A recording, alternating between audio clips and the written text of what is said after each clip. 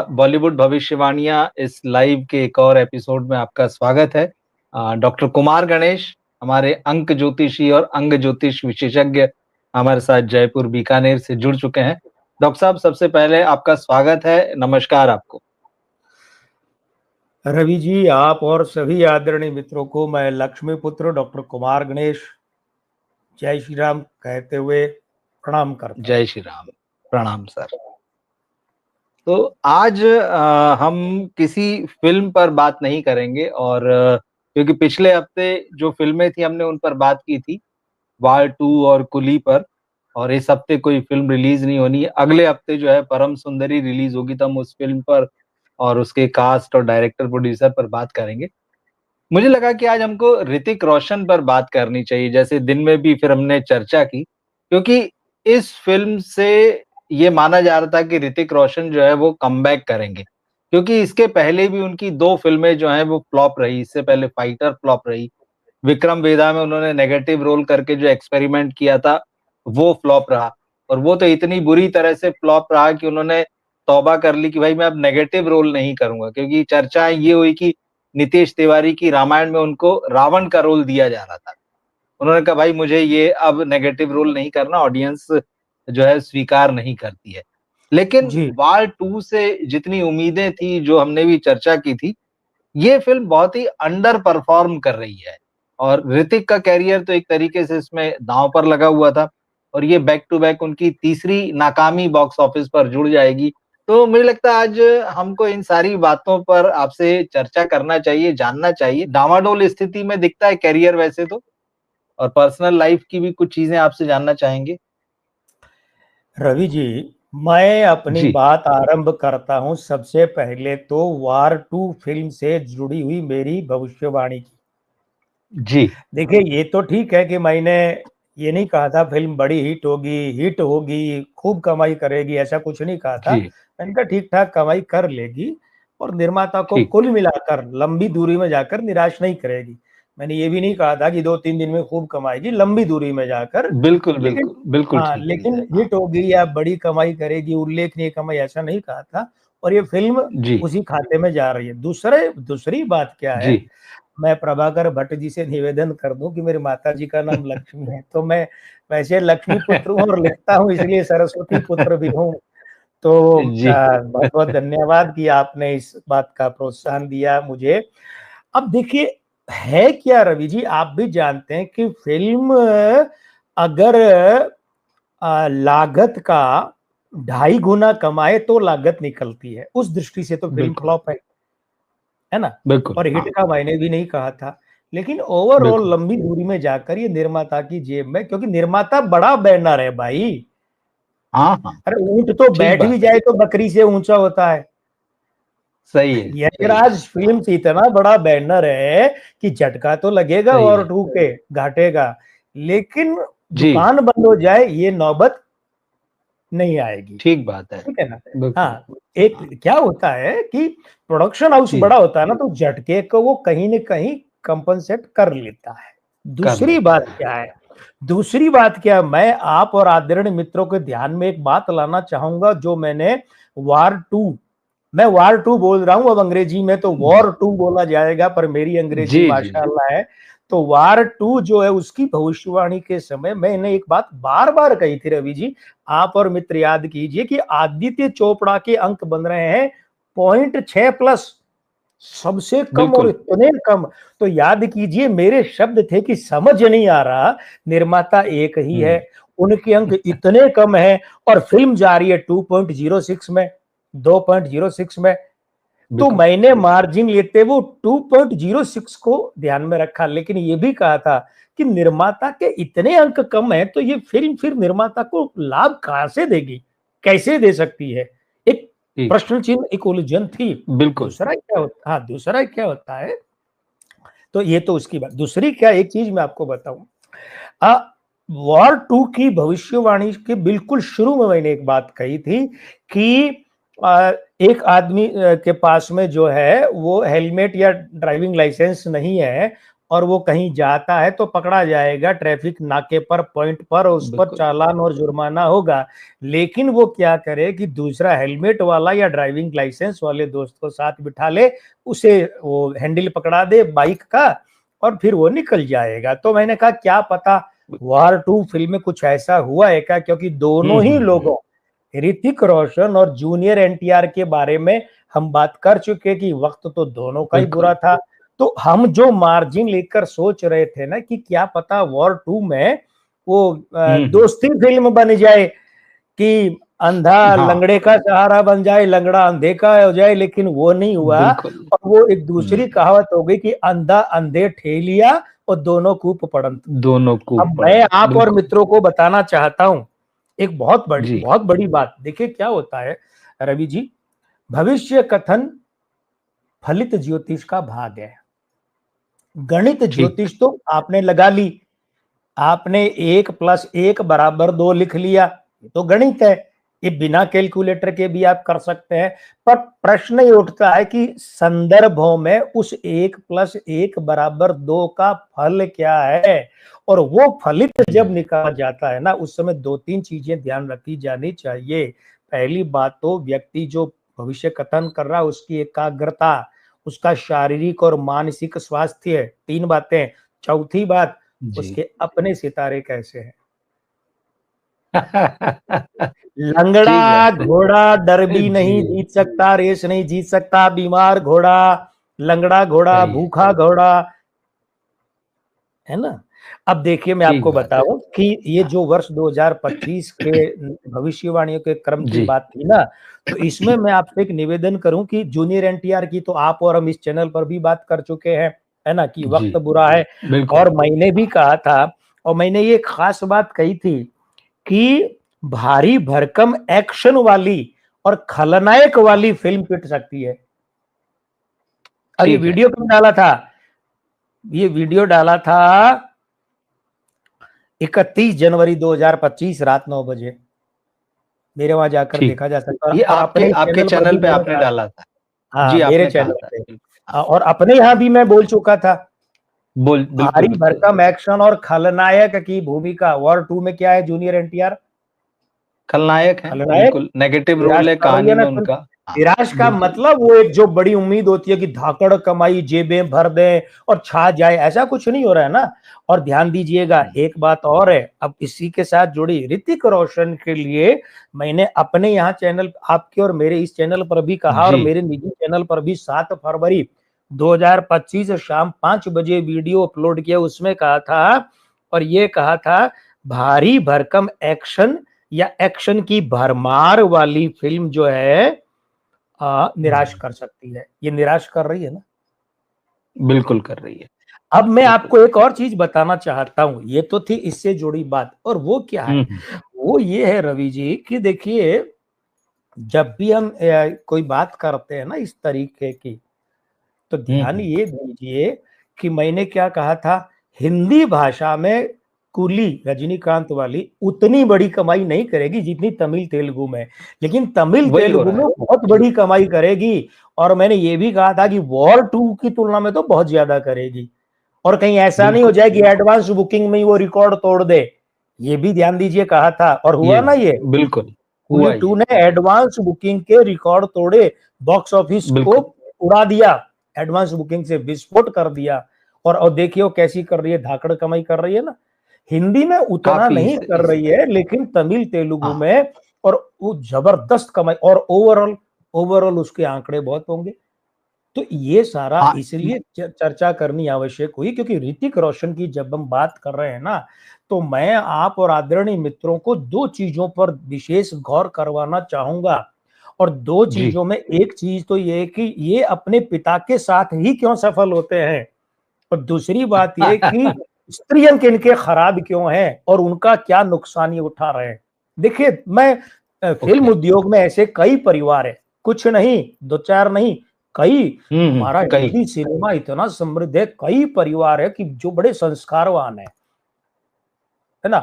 थोड़ा सीनियर कपूर परिवार सुरेंद्र कपूर साहब वाला भी, उसके बाद अपने चोपड़ा परिवार 3 हो गए, वो हो गए, जितेंद्र साहब वाला परिवार हो गया, रोशन साहब वाला परिवार हो गया, बच्चन परिवार तो है ही, धर्मेंद्र साहब का हो गया, है ना, कई परिवार है, बड़े संस्कारित और बड़े प्यारे लोग हैं। अब देखिए जी रोशन लाल नागरथ, जिन्हें हम रोशन के हाँ नाम से जानते हैं, संगीतकार रोशन साहब, और मैं मानता हूं कि मैं जिन सुरीले संगीतकारों को पसंद करता हूं उनमें शुरू के नामों में उनका नाम आता है। लेकिन मैं जिस बात की और जिक्र करना चाहता हूं वो है पितृदोष। ओके मेरा दावा है रवि जी और आदरणीय मित्रों, आप सभी के सामने पूरी जिम्मेदारी से दावा है कि अब जो मैं कहने जा रहा हूं ये बात निश्चित रूप से रोशन परिवार की 3 पीढ़ियों में से किसी को भी, किसी भी विशेषज्ञ ने नहीं कही होंगी जो अब मैं कहने जा रहा हूं। पहली बात देखिए क्या है, 90 के दशक के शुरू में आप भी जानते हैं 3 अखबार शुरू हुए थे, साप्ताहिक अखबार, जिसमें संडे मेल भी था, 2 और थे, मैं नाम भूल रहा हूं। संडे मेल के संपादक कन्हैयालाल नंदन थे, है ना, और हिंदी में स्क्रीन वालों ने शुरू किया था एक्सप्रेस स्क्रीन, शीला झुनझुन बिल्कुल वाला इसकी संपादिका थी, है ना, इसाक मुजावर और वो अपने अली पीटर जॉन, ये लोग बड़े लेखक कॉलम लिखा करते थे। तो इसमें रोशन साहब जो है इनसे संबंधित किदार शर्मा के कॉलम आए थे। अच्छा संस्मरण की सीरीज चलती थी जी हर जी अंक जी में। तो केदार शर्मा नहीं, उनका नाम किदार जी जी शर्मा था। किदार शर्मा साहब आप जानते हैं भीष्म पितामह हिंदी सिनेमा के, बिल्कुल संगीत के अगर नौशाद तो सिनेमा के किदार शर्मा। केदार शर्मा किदार जी शर्मा ने संस्मरण लिखे थे रोशन के बारे में। मैं अगर कहीं जी लगा नहीं रहा हूं या लगाना अगर छूट जाए तो भी मेरा भाव वही है। देखिए क्या है, अब मैं वो पितृदोष की बात कर रहा हूं, ध्यान ये दीजिएगा रवि जी और आदरणीय मित्रों। अब आप कहेंगे ऋतिक रोशन की बात दादाजी तक ले गए, अरे भाई वर्तमान को तभी अच्छे ढंग से समझा जा सकता है और उसके बारे में भविष्य की बात तभी अच्छे ढंग से कही जा सकती है जब उसके भूतकाल का मामला समझ में आया हुआ हो। ओके रेखा गणित का उसूल है रवि जी कि रेखा गणित जी में आगे सीधी रेखा वही खींच सकता है जो पीछे के बिंदुओं से सीधी रेखा खींचता आया है, अन्यथा बिल्कुल आगे की रेखा तिरछी हो जाएगी। मैं यहाँ तिरछी रेखा नहीं, आज बहुत कीमती समय आप लोगों का ले रहा हूं तो सीधी रेखा खींचने आया हूं। देखिए क्या है, उसमें हुआ क्या था मैं आपको बताऊं। विभाजन के दौर के बाद में रोशन साहब मुंबई पहुंचे तो उन्हें बड़ा और पहला मौका दिया था वो किदार शर्मा जी ने दिया था। तो ठीक किदार शर्मा जी, अच्छा किदार शर्मा जी उस फिल्म के निर्देशक भी थे और गीतकार भी थे। मुकेश जी की आवाज में बड़ा अच्छा गाना बनाया था रोशन जी ने। तो किदार शर्मा जी एक तरह से रोशन जी के क्या हुए, गॉडफादर, गॉडफादर पितृ पुरुष। अब शब्दों को पकड़ते रहिए, अब मैं जी जी गॉडफादर से एक शब्द पे आ गया हूं, पितृ पुरुष। हम्म अब इसे आप और मित्र पकड़ के रखिए एक हाथ में और दूसरे हाथ से मैं आगे बढ़ रहा ठीक हूं। हुआ क्या कि उसके बाद एक फिल्म बावरे नैन हुई और एक फिल्म और हुई थी जिसमें मधुबाला को लॉन्च किया था, शायद ये बावरे नैन ही थी। राजकुमारी जी का गाना, बड़ा फेमस गाना हुआ था वो मुकेश जी के साथ में, है ना, मुझे सच सच बता दो क्या। तो ये अब हुआ क्या, 2 फिल्में की, लेकिन उसके बाद क्या हुआ कि किदार शर्मा जी और रोशन साहब के संबंध बिगड़ गए थे। अब वो पितृ पुरुष शब्द पकड़े रखिए साथ में, अब जी वो जी काम जी आने जी वाला है। रोशन साहब, मैं भाषा सरल करूं, रोशन साहब के संबंध अपने पितृ पुरुष से बिगड़ गए और ऐसे बिगड़े कि कभी साथ काम नहीं किया। अब याद कीजिए आप और मित्रों, रोशन साहब का सिर और ललाट, बाल उड़े हुए थे बहुत कम उम्र में। बिल्कुल रोशन साहब के 20, 22, 24 की उम्र में बाल उड़ गए थे। ये पितृदोष का ठीक सबसे बड़ा उदाहरण है। मेरे यहाँ गौर नहीं करना है, ये पितृ वरदान का है। क्यों? क्योंकि ये जो चौड़ाई है बहुत ज्यादा है, लेकिन मैं ठीक बता रहा हूँ कि उनके यहाँ ये पितृ वरदान है चौड़ाई के कारण। ये हाईवे 8 लेन का हाँ है और वो 4 लेन का था।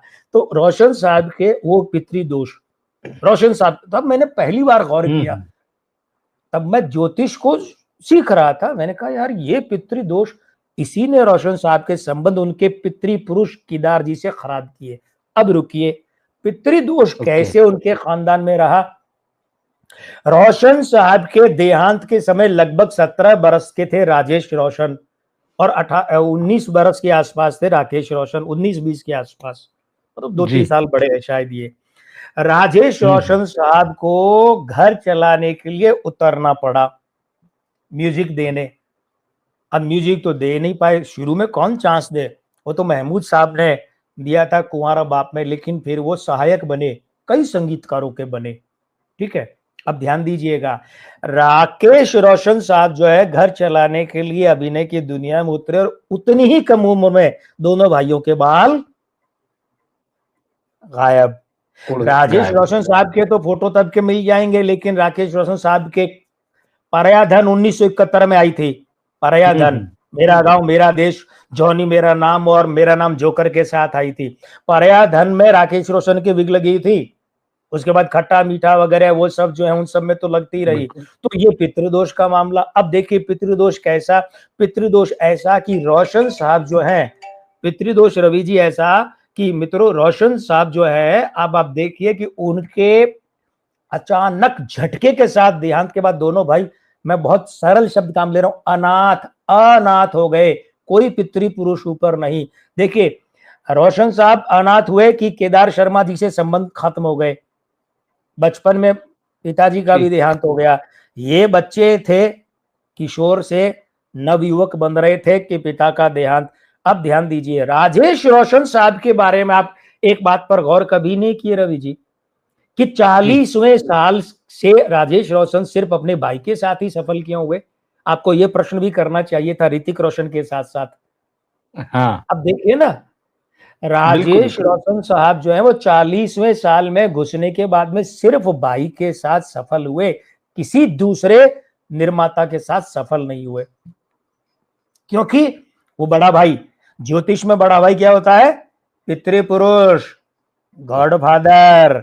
तो पितृपुरुष के साथ काम किया तो चल लिए। अब मैं आ रहा हूं अगली पीढ़ी में, ये गजब की समानता पकड़े रखिए। पितृपुरुष के साथ काम किया तो क्या हुआ? चल लिए, चले। हाँ, और 40वें तक क्यों? क्योंकि 40वें से शुरू हो जाता है अंक 4, जो पितृपुरुष का ही होता है। ऐसा आदमी फिर गॉडफादर के साथ काम करता है तो ही चलता है, गॉडफादर के साथ काम नहीं करता, या उन अंकों वाले व्यक्ति, अगर बाहर का कोई व्यक्ति और उसके भी पितृ अंक बहुत तगड़े हो, वो राजेश रोशन साहब को मिले नहीं। और एक बात और है, राकेश रोशन साहब के यहाँ कहो ना प्यारे के बाद में कृष में एक गाना, या कोई मिल गया में एक गाना शायद चला था, उसके बाद में मीठा संगीत कहाँ है पिछले 20 सालों में? बताइए। नहीं है, बिल्कुल है क्या? नहीं है ना, बल्कि एक वो 4 क्या है, क्रेजी 4 करके, क्रेजी 4, जी, उसके तो गाने के कॉपीराइट में 4 करोड़ रुपए नकल के देने पड़े, वो मूल को 4 करोड़ रुपए, और शायद 2008 की बात है, 2008 की बात है, ये हो गई थी हालत। तो देखिए अब वो जो पितृदोष, अब वो बड़े भाई के साथ तो बचाव कैसे हो गया कि बड़ा भाई ये होता है पिता ज्योतिष में, तो छोटा भाई कहाँ गया? छाते के नीचे। तो जो पितृदोष है वो कौन झेल रहा है? बड़ा भाई। छोटे भाई का क्या हो गया? बचाव। अब दूसरे निर्माता हुए तो यहां पर तो खेल खत्म, हट गया, सीधे तो कैद होकर रह गए। अब मैं आता हूं उस बात पर, यहां 2 घटनाओं का जिक्र करना चाहूंगा जी, क्योंकि आज मैं सारा खेल भाग्य का, रोशन परिवार का खोलकर रख देना चाहता हूं कि आंखें चुंधिया जाए। गोली चली थी राकेश रोशन साहब पर, बिल्कुल राकेश रोशन साहब बिल्कुल चली थी, और ऋतिक रोशन ने उन्हें बचाने में बड़ी भूमिका निभाई। गोली तो महेश भट्ट साहब के ऑफिस पर भी चली थी, एक अलग योजना के तहत, एक अलग योजना थी, वो रवि पुजारी का नाम भी आया, और वो गोली सिर्फ शीशे पर ही चली। मैं उस पर जाना ही नहीं चाहता, वो खेल वो सामान्य लोगों की समझ से बहुत परे का था। लेकिन हाँ, वो अद्भुत कार्य योजना थी वो, लेकिन उस पर तो फिल्म बननी चाहिए, हो सकता है महेश भट्ट खुद ही बना लें। लेकिन राकेश रोशन साहब पर गोली चली। अच्छा, वो कब चली थी? कौन सी फिल्म की कमाई में से हिस्सा लेने के लिए चली थी? पहली फिल्म थी शायद, कहो ना प्यार है। हाँ, वर्ष 2000, कहो ना प्यार है। जी हाँ, ठीक है। हाँ बिल्कुल।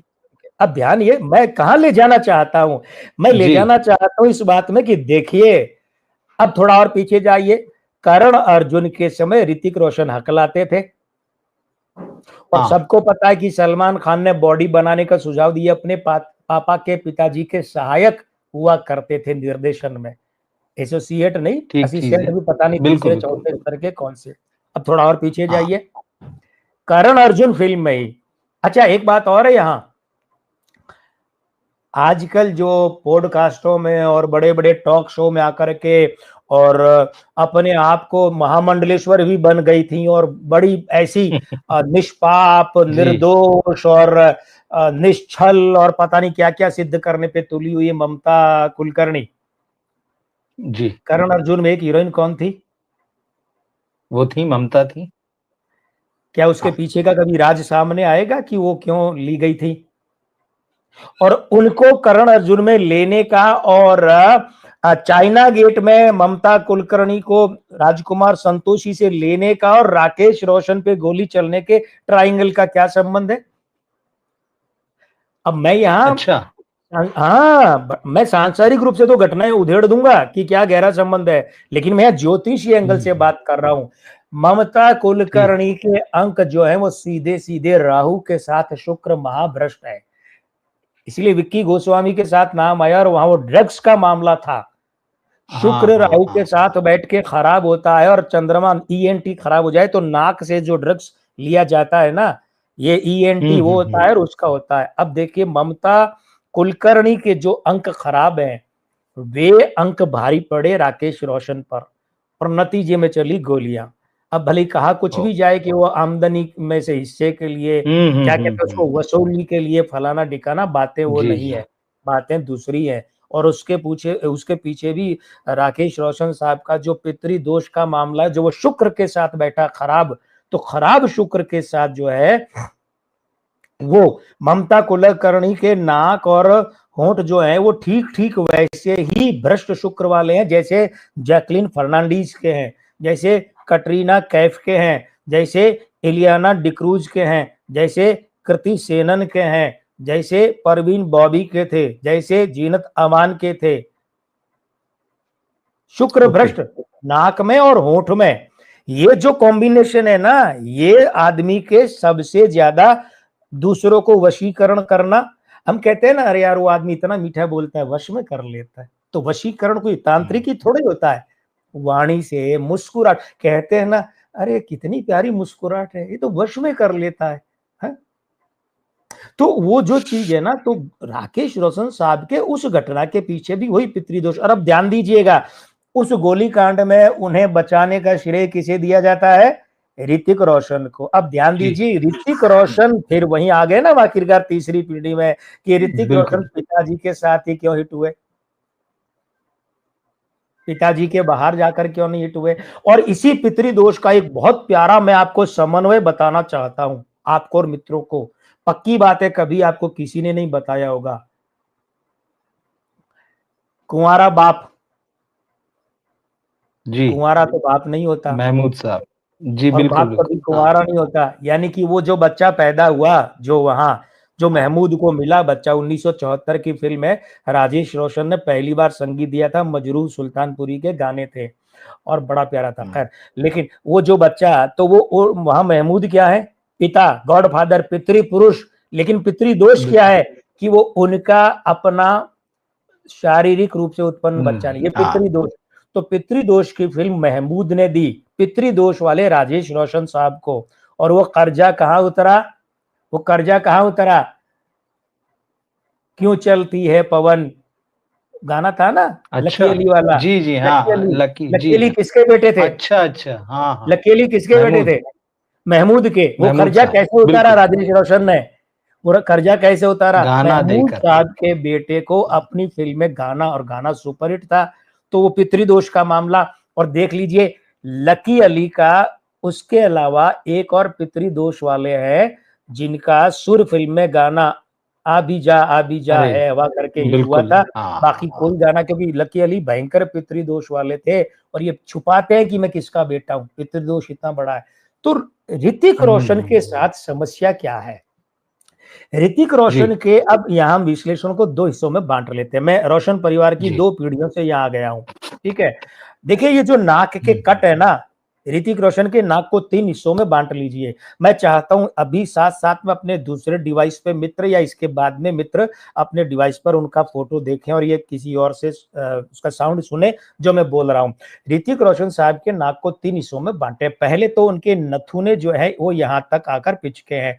दूसरा ये यहाँ एक कट होता है, इनके कट है बहुत गहरा है। और तीसरे जी, नाक की जी, नोक और नाक की नोक के भी 2 कॉर्नर हैं, 2 किनारे हैं और दोनों उभरे हैं। हुँ, ये क्या हुँ, करते हैं, शुक्र को बहुत ज्यादा आक्रामक करते हैं, बहुत ज्यादा आक्रामक। ओके, तो ऐसे लोगों के मन में विपरीत लिंगी जो है, सौंदर्य वाले जो हैं, उनके प्रति बहुत आकर्षण हुँ, होता है और परिष्कृत होता है। ये ऐरे गहरे नत्थु खेरे नहीं होते, बहुत परिष्कृत क्लासिक आकर्षण। अब क्या है, आपने गौर किया होगा तो ऋतिक रोशन के मूलांक तो एक है, 10 जी, जनवरी 1974 जनवरी, मूलांक एक है।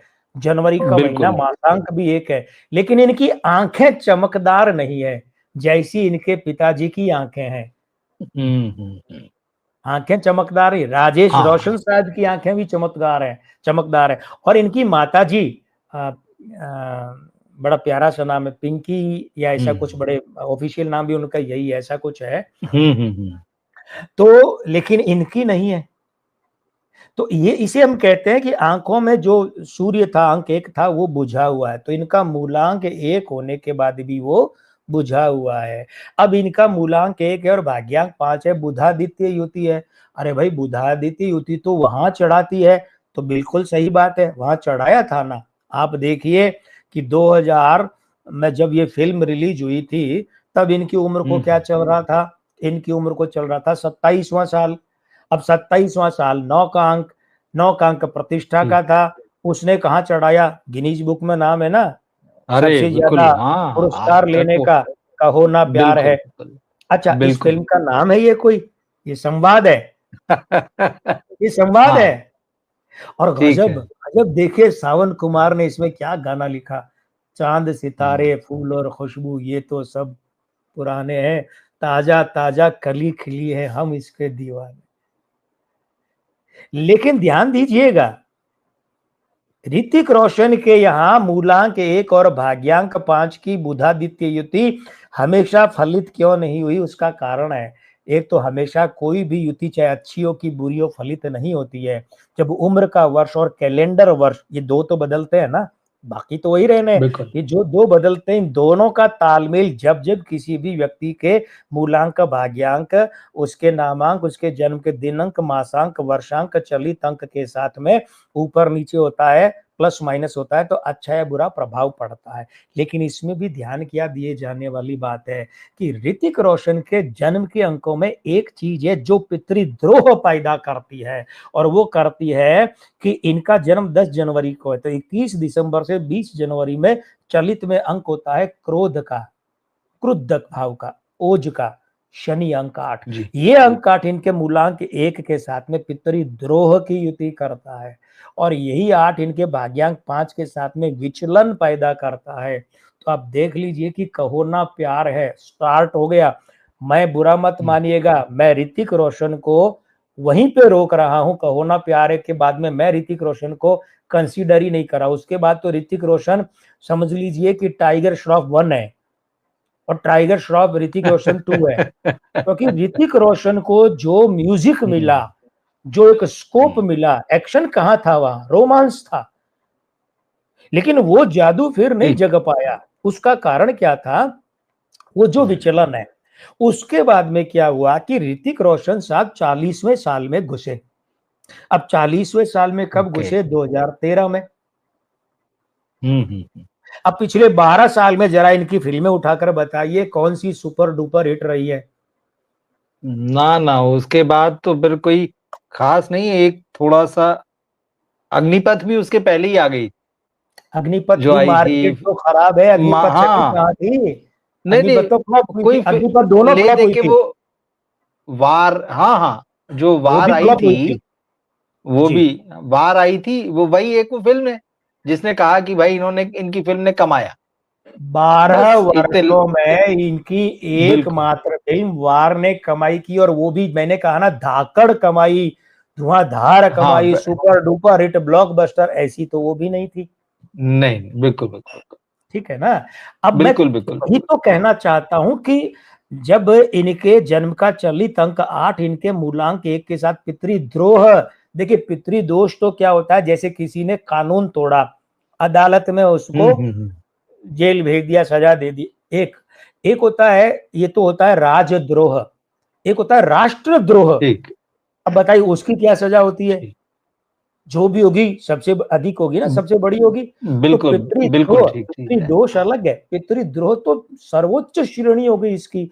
तो पितृद्रोह की जो अवस्था है, अब वो 40वें साल में जैसे ही घुसे कि उनके करियर को तो ऐसा ग्रहण लगा है, और खासकर पिता के साथ की फिल्मों को, ओके। और समूचे करियर, और उसके बाद ये जो है ना, ये 4 का अंक, स्त्री अंक इनका खराब है, मैंने कहा ना, नाक कान गला जो जी है इनका, तो स्त्रियां खराब होने के कारण से वो बिल्कुल। स्त्रियों के मामले में तो 40वें साल से मामला और ही बिगड़ गया। और अगर और पीछे जाऊं तो इनके मूलांक हम्म भाग्यांक को मैं अगर लूं तो 15 दुए 30, यानी कि 30वां साल इनकी उम्र का था, वो था 2003 से 4। तो 2003-4 से ही इनका, इनके जीवन में स्त्रियों के कारण उठा पटक, खराब मामला होना, और ये सारा मामला जो है वो 2012-13 से तो विस्फोटक स्थिति हम्म, में चला गया। तो वहां स्त्रियां खराब हुई। आपने दो बातें की थी, एक तो निजी जी जीवन जी का मामला, तो निजी जीवन में बिल्कुल सिर्फ विवाह ही थोड़ा ही होता है, विवाहेतर संबंध भी तो होते हैं, 12-12 मोरी और कंगना, और भी कई नाम है, लेकिन ये दो मामले तो ऐसे थे जो बर्बाद कर बिल्कुल। गए रोशन परिवार को। अब मुझे नहीं पता कि जो आंकड़ा सही है। तलाक का है सुजैन खान के साथ में, वो और जो कंगना से मुक्ति पाने के लिए जो आंकड़ा है, वो ऑफिशियल यहाँ बोलना चाहिए कि नहीं बोलना चाहिए, मैं नहीं बोलूंगा। मैं सिर्फ ये कह दूं कि वो इतनी बड़ी रकमें थी, इतनी बड़ी रकमें कि लगभग दिवालिया ही हो गया रोशन परिवार। उसके बाद ये रोशन परिवार बड़ी फिल्म बनाने की हिम्मत नहीं जुटा पाया, इतने बरस नहीं हो नहीं, गए, खजाना खाली कर दिया भाई, इतनी बड़ी एक रकमें दोनों की तरफ गई। ये इसके लिए जिम्मेदार कौन है? ऋतिक ऋतिक रोशन। रोशन, बिल्कुल। देखिए फिल्म में व्यक्ति पर आक्षेप नहीं लगा रहा, लेकिन जी अंक जी किसके हैं? ऋतिक रोशन के ही तो अंक है ना, वो बॉडी किसकी है बिल्कुल। जिसके अंक है? ऋतिक रोशन। तो ऋतिक रोशन के कारण सोचिए, उसी पितृद्रोह शब्द की गंभीरता समझिए, उसी पितृद्रोह के कारण राकेश रोशन साहब, भगवान भला करे, अच्छे आदमी है, लेकिन बर्बादी के कगार पर पहुंच गए ना। अगर ऋतिक रोशन से ये गलतियां नहीं होती इन महिलाओं के मामले में, और ये तलाक वाला मामला, ये भी गलती हुई ना, ऐसा नहीं होता, बिल्कुल तो क्या क्या क्या राकेश रोशन साहब का खजाना खाली होता? नहीं ना। तो एक तो वो, दूसरा क्या है कि वो मैंने बताया ना कि वैसे तो 30वें से, उसके बाद 35वें से और 40वें से तो इनके करियर पर ग्रहण ही लग गया। और अब क्या है, अब कोड में खाज ये है कि ये सबा आजाद करके कोई है, जो 11 साल जी जी। छोटी है, जिसे लगभग 12 साल हम्म छोटी है, तो उनके साथ ये अब ये सुनने में आ रहा है कि ये शादी शुदी करने जा रहे हैं। अब मैंने शादी शुदी पंजाबी टोन में कहा है, जी ऐसे जी। मेरी आदत तो नहीं है कि मैं हाँ हाँ इस तरीके से, ये भी पंजाबी टोन का भी एक अलग आनंद है, तो बिल्कुल। इसका भी मजा लीजिए। मैं अलग अलग भाषाओं के थोड़े थोड़े शब्द लेता रहता हूँ काम। तो शादी शुदी करने का सोच रहे हैं, सगाई सुगई करने का सोच रहे हैं, लेकिन मेरा यही कहना है, कम से कम ऋतिक भैया, आप मुझसे लगभग लगभग 2.5 साल छोटे हैं, फिर भी हाथ जोड़ के कह रहा हूं कि कम से कम 31 दिसंबर 2025 तक तो भाई कोई सगाई सुगई शादी शुदी मत कीजिएगा। जिंदगी का एक और निर्णय ऐसा होगा जो ले डूबेगा। और रहा सवाल करियर, हाँ रुकिए, अभी क्या चल रहा है, 52वां जी साल। हाँ। अब देखिए 50वें साल से, यानी 2023-24 से इन्हें जो है मोटे तौर पर 24 ही मानिए, क्योंकि 9 दिन ही निकलते हैं कैलेंडर वर्ष के, बाकी तो इनका पूरा वही रहता है। तो अब बिल्कुल। 2024 से जो इनका 10 साल का समय चला है ना रवि जी, ये समय हम्म कम से कम इस बात की इजाजत तो नहीं देता कि ये निर्देशक के रूप में सफल हो पाएंगे, जबकि आपका कहना था कि कृष्ण 4 में ये ये निर्देशक बन बड़ा के सवाल, बिल्कुल मैं सुझाव अनाउंसमेंट हो देना गया चाहूंगा इसका। कि ये विचार त्याग दें। दूसरी बात ये है कि कम से कम इन्हें अब 59वें साल तक तो अपनी जो भी फिल्में आए वो अच्छे अनुकूल अंक वाले लोगों के साथ करें, कलाकार प्रमुख 5-7 कलाकारों की मैचिंग करें, स्क्रिप्ट से करें ना करें, अंकों से अवश्य करें। अब आप क्रोधित हो सकते हैं रवि जी, आप नहीं लेखक नहीं निर्देशक हैं, आप कहेंगे अरे भाई ये क्या बात हुई, मैचिंग तो स्क्रिप्ट से होनी चाहिए। नहीं। तो आप अपने फील्ड का समर्थन कीजिए, मैं अपने फील्ड का करता हूँ कि भाई स्क्रिप्ट से हो ना हो, लेकिन अब स्क्रिप्ट तो देखिए बात तो ठीक है, लेकिन कहीं कहीं स्क्रिप्ट में गुंजाइश होती है ना कि राजकुमार नहीं बिल्कुल आ पाए, होती है। दिलीप कुमार नहीं आ पाए, देवानंद नहीं आ पाए, नहीं है। धर्मेंद्र नहीं आ पाए, तो जंजीर फिल्म में अमिताभ बच्चन आगे तो सुपरहिट तो वे भी हो गए। थोड़ा बहुत ठीक बात गुंजाइश है, होती बिल्कुल। है। तो एक दूसरी बात क्या है, जी। ऋतिक साहब, फिल्म सिर्फ और सिर्फ अपने पिताजी के साथ बनाइए, और अगर बाहर का कोई प्रोड्यूसर आपको लेता है तो शर्तें रख दीजिए कि आपके अंकों के अनुकूल कलाकार निर्देशक होंगे और रिलीज की डेट होगी, तब तो देखिए आपकी फिल्म राम भजो करते कुछ कमा सकती है। अन्यथा ठीक है, लुढ़कते लुढ़कते कुछ कमाएगी, बड़े बैनर होंगे तो झटका झेल जाएंगे यशराज की तरह, लेकिन अब क्या, धर्मा तो बड़ा होकर भी बड़ा प्रोडक्शन हाउस नहीं रहा, तो बाकी बेचारे लोग बर्बाद हो जाएंगे, झटके झेल नहीं पाएंगे। बहुत लंबी होगी मेरी बात, क्षमा कीजिएगा। नहीं ओवर टू यू। नहीं। बहुत बढ़िया, मतलब आपने सारा जो है जिसको बोलते हैं ना आगा पीछा बराबर कर देना। उस तरह से आप बहुत डेप्थ में जाके, और जो मैं तो पितृ पुरुष से बात शुरू हुई और मैं पितृदोष तो और पितृद्रोह। जी। मैं तो रवि जी, रोशन साहब के, केदार शर्मा जी के वो जब से अध्ययन किया है और गौर करता हूँ, सोचिए मैं कब से जी जी। सब्र कर रहा हूँ भाई, 35-34 वर्षों के बाद आज मुझे अवसर मिला, 34 अरे नहीं। वर्षों के बाद। तो सोचिए, मैं तो चाहता नहीं था नहीं। कि भाई मैं इस बात को बताऊं कि हाँ। इस खानदान को भी नहीं पता कि ये क्या पितृदोष भुगत रहे हैं। तो मैं चाहता था कि आज मैं दर्शकों, आपको ही नहीं, इस जी जी। बड़े प्यारे परिवार के जिम्मेदार लोगों को तीनों का बता दूं कि राजेश रोशन साहब, राकेश रोशन साहब और ऋतिक रोशन जी जो है, ये क्या भुगत रहे हैं और क्यों भुगत रहे हैं। रोशंस ने तो इस साल अपने परिवार पे एक डॉक्यूमेंट्री भी बनाई, जिसमें उन्होंने अपने परिवार की पूरी कहानी बताई है, पिताजी से शुरू करके और फिर दोनों भाई और ऋतिक अगली जनरेशन तक।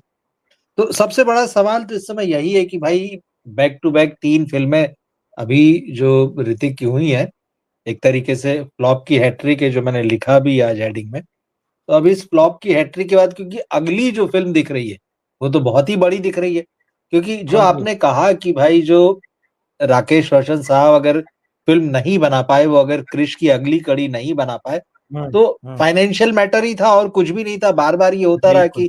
कि कहानी पे काम बिल्कुल। कर रहे, स्क्रिप्ट पे, और अब आखिर में ये निकल के आ रहा है कि फिल्म का बजट जो है 600-700 करोड़ होगा।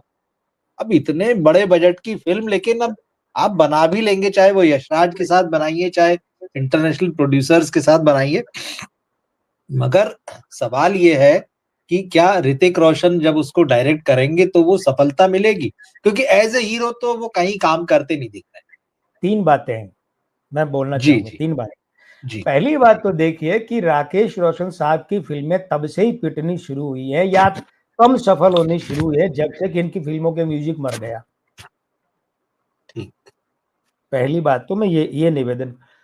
अब क्या है, राजेश रोशन साहब के संगीत में तो वो जादू रहा नहीं, और इनकी जो फिल्म क्राफ्ट है, प्रोडक्शन जो राकेश रोशन साहब का है, हाँ उसकी जी सबसे जी। बड़ी विशेषता होती थी बड़ा ही मीठा संगीत। तो एक तो इन्हें मीठा संगीतकार और उसके अनुकूल गीतकार खोजना पड़ेगा। इंदिवर साहब के जाने के बाद कहो ना प्यारे में जैसे तैसे करके गुजारा हो गया, उसके बाद आप गानों का स्तर देख रहे हैं। आप मुझे जरा बताइए उसके बाद के कोई एक ही गीतकार इन्होंने लिया हो, या किसी गाने के कोई ढंग के पूरे बोल याद हो, नहीं है, है ना। और नहीं है, बिल्कुल। आज भी ये बंधन तो प्यार का बंधन है सुनते रोंगटे खड़े हो जाते हैं। बिल्कुल। ठीक है, लेकिन एक बात, दूसरी बात तो एक तो वो जोड़ी जो खोजना, और है कहाँ, अच्छे गीतकारों संगीतकारों का तो अकाल पड़ा हुआ है हिंदी सिनेमा में। दूसरी बात, मुझे पूरा पूरा शक है निर्देशकीय क्षमता पर ऋतिक रोशन की। मैं नहीं मानता कि उनमें वो परिपक्वता है कि निर्देशन में 600 करोड़ की फिल्म कामयाब कर जाए। तीसरी बात यह है, 600 करोड़ की फिल्म को कामयाब करने के लिए दमदार कलाकार कहां से लाएंगे?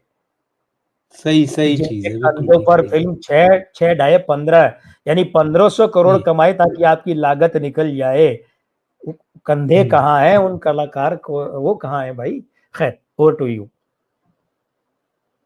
नहीं, बिल्कुल ठीक चीज है, क्योंकि ये एक बहुत बड़ी चीज होती है कि भाई आप अगर एज ए डायरेक्टर पहली ही फिल्म अगर बनाने जा रहे हैं, उससे पहले ठीक है आप पिता के असिस्टेंट थे, आप बचपन से उस फिल्मी माहौल को देखते आए, वो सब, वो और बात लेकिन है। क्या उससे पहले आपने कुछ बनाकर दिखाया है? कोई छोटी और सीधे 600-700 करोड़ रुपए की फिल्म को अटेम्प्ट करेंगे जिसमें आपको हीरो भी होना है, और वो कोई छोटा मोटा हीरो नहीं है, सुपर हीरो है।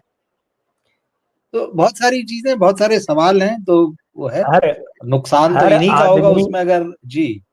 हर आदमी मनोज कुमार और राज कपूर भी शांताराम नहीं होता है। बिल्कुल, ये तो बात सही चीज है कि पर्दे के आगे भी रहे और पर्दे कैमरे के आगे भी रहे, कैमरे के पीछे भी रहे, फिल्म शानदार बढ़िया सुपरहिट हो जाए। हाँ।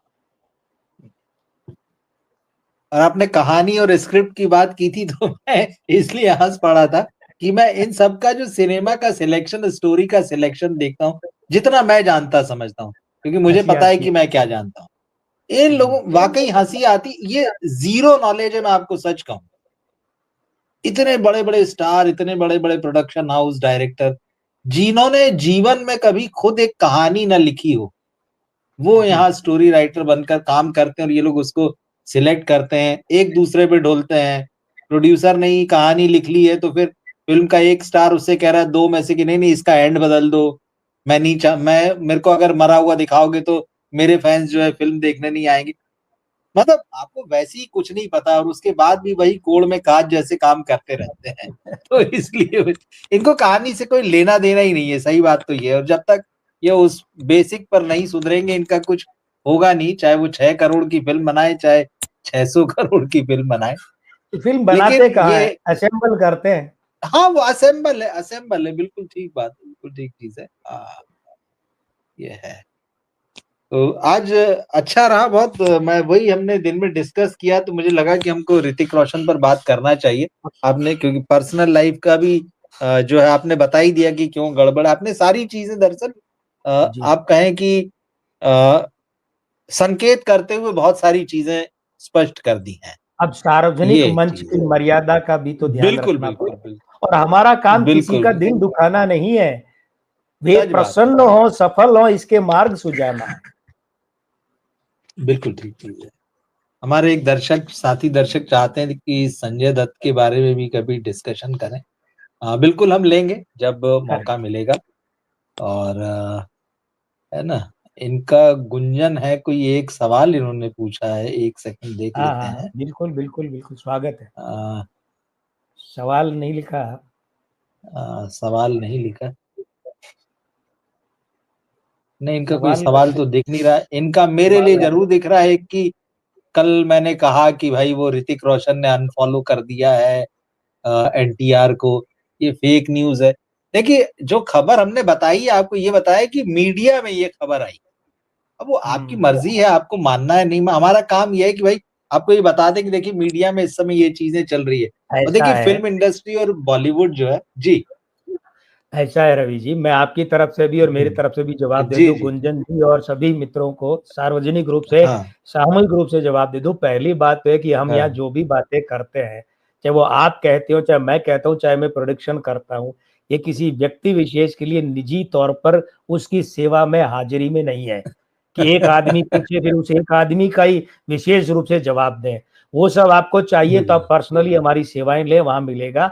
हम यहाँ सार्वजनिक रूप से प्रोडिक्शन करते हैं और सार्वजनिक रूप से कथन करते हैं, इसलिए आप अपनी राय अवश्य लिखिए। लेकिन ये उम्मीद मत करिए कि आप एक एक व्यक्ति को, पर्सनल एक आदमी को हम इंगित करके जवाब ठीक बात। देंगे।